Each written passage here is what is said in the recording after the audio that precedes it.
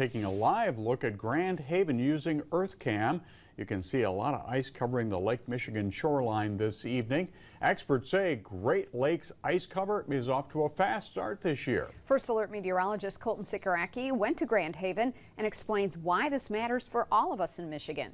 This winter season has already been proven to be a lot different than what we saw last winter, and the proof of that is right here in Grand Haven, where we have ice on Lake Michigan that already extends several hundred yards from the shoreline. So far, we are seeing a season that is falling right where it should be. And that hasn't happened in a few years. Great Lakes ice cover to begin the month of February was already over 20%.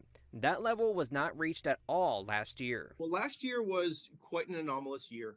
Many cities and regions around the Great Lakes in the upper Midwest saw their warmest winters on record.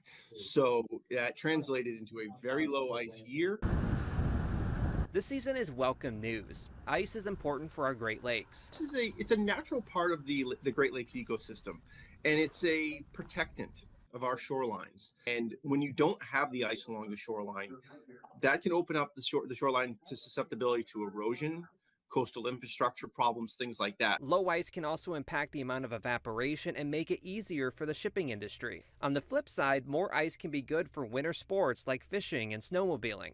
Moving forward, the weather pattern does not look quite as cold as what January was. Pattern looks to go more into a freeze-thaw type of pattern with brief interludes of Arctic air or colder air coming in, and then a thaw, and then cold air thaw. And when you get that type of rapid weather pattern change, that's not very conducive for extensive ice development.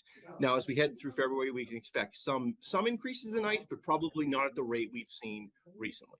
On average, we see the peak Great Lakes ice cover happening in late February or early March.